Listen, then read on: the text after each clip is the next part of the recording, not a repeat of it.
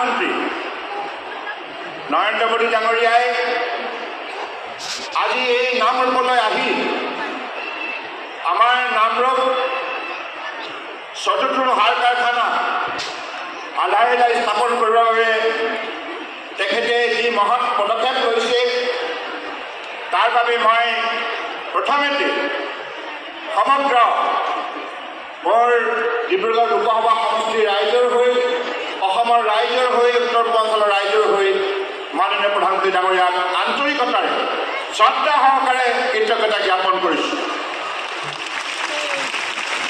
আমি সকলোৱে জানো আমাৰ দেশৰ সৰ্বাতোতকৈ মৰমৰ আৰু প্ৰিয় নেতাজনে হৈছে নৰেন্দ্ৰ মোদী ডাঙৰীয়া।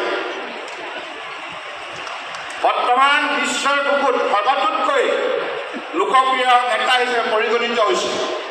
তেখেতৰ